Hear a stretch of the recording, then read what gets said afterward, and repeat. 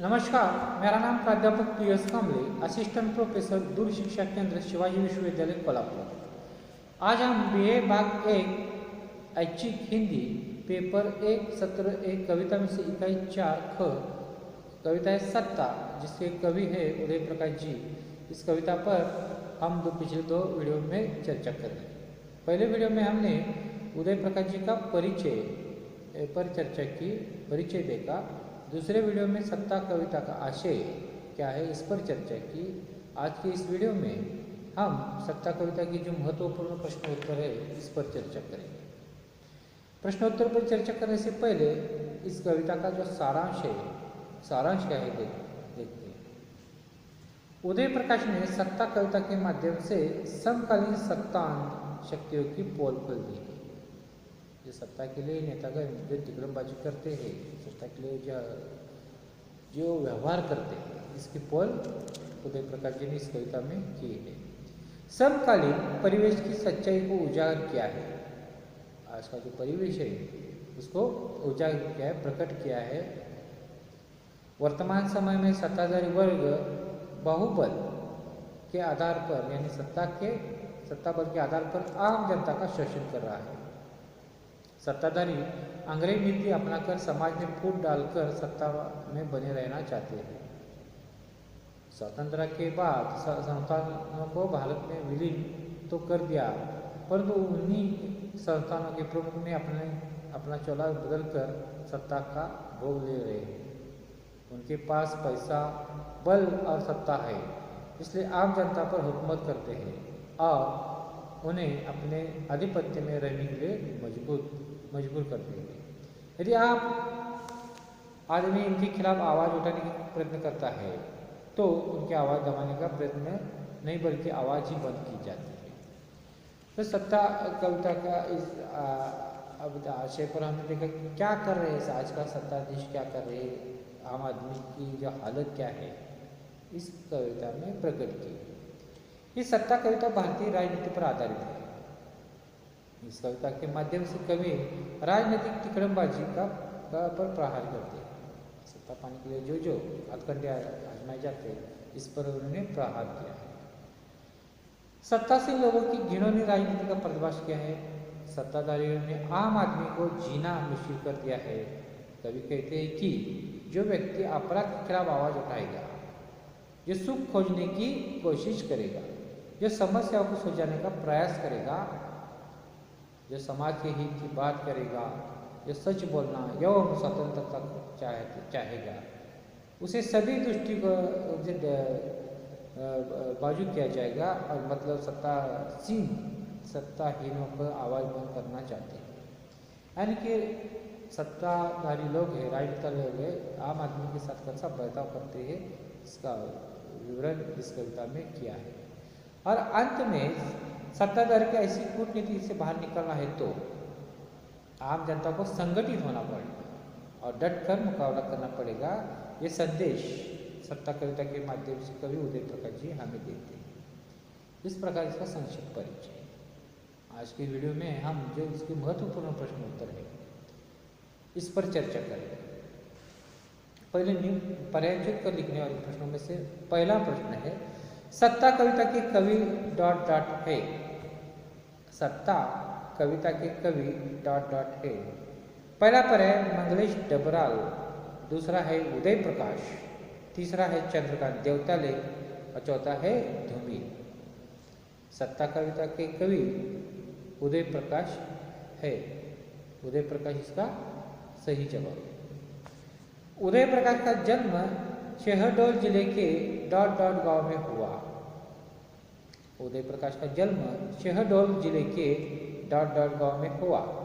पहला पर्याय है मातापुर, दूसरा है सीतापुर, तीसरा है रामपुर, चौथा है रायपुर। उदय प्रकाश का जन्म शहडोल जिले के सीतापुर गांव में हुआ। इसका सही जवाब है सीतापुर। तीसरा प्रश्न है, उदय प्रकाश का जन्म 1 जनवरी ... को हुआ।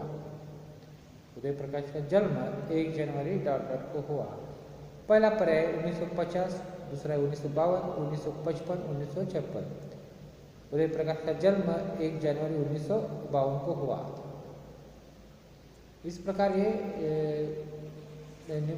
अब हम जो उसके महत्वपूर्ण जो लघुत्तरी प्रश्न है इस कविता के वो देखते हैं। सत्ता कविता का उद्देश्य लिखिए। सत्ता कविता का उद्देश्य लिखिए, ये पहला प्रश्न है लघुत्तरी। और दूसरा है सत्ता कविता के माध्यम से कवि उदय प्रकाश कौन सा संदेश देना चाहते हैं। दूसरा प्रश्न है सत्ता कविता के माध्यम से कवि उदय प्रकाश कौन सा संदेश देना चाहते हैं। दो लघुत्तरी प्रश्न है, पहला है सत्ता कविता का उद्देश्य लिखिए और दूसरा है सत्ता कविता के माध्यम से कवि उदय प्रकाश कौन सा संदेश देना चाहते हैं। अब दीर्घोत्तरी प्रश्न देखिए। पहला प्रश्न है सत्ता कविता का आशय लिखिए, ये महत्वपूर्ण प्रश्न है।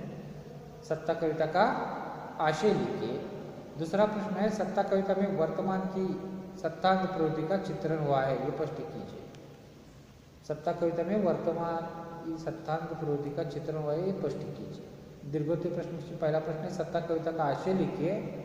दूसरा है सत्ता कविता में वर्तमान की सत्तांध प्रवृत्ति का चित्रण हुआ है, स्पष्ट कीजिए। ये दो दीर्घोत्तरी महत्वपूर्ण प्रश्न है।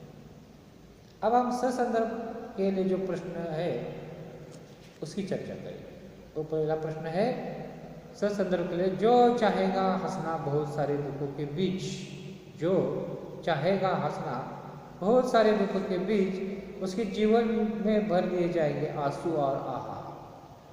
ससंदर्भ के लिए पहला प्रश्न है, देखिए, जो चाहेगा हंसना बहुत सारे दुखों के बीच उसके जीवन में भर दिए जाएंगे आंसू और आहा। दूसरा प्रश्न है सत्संदर्भ के लिए, जो चाहेगा स्वतंत्रता दिया जाएगा उसे आजीवन कारावास। जो चाहेगा स्वतंत्रता दिया जाएगा उसे आजीवन कारावास। एक दिन लगेगा हर किसी को, नहीं है कोई अपना कहीं आसपास। जो चाहेगा स्वतंत्रता दिया जाएगा उसे आजीवन कारावास। एक दिन लगेगा हर किसी को, नहीं है कोई अपना कहीं आसपास। ये महत्वपूर्ण ससंदर्भ के लिए प्रश्न है। तो जो बीए भाग एक ऐच्छिक हिंदी प्रश्न पत्र 1 सत्र के लिए जो कविता लगाई गई 4 ख में सत्ता, जिसके कवि है उदय प्रकाश।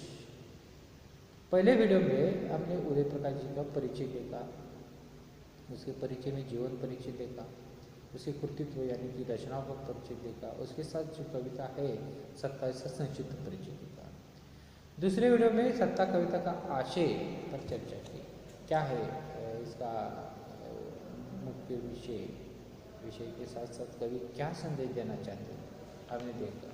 कवि संदेश देना चाहते हैं कि सत्ताधारी की ऐसी कूटनीति से आप बाहर निकलना है तो आम आदमी को संगठित होना पड़ेगा और डट कर मुकाबला करना पड़ेगा। यही संदेश कवि ने सत्ता कविता के माध्यम से आम आदमी को हमें दिया है।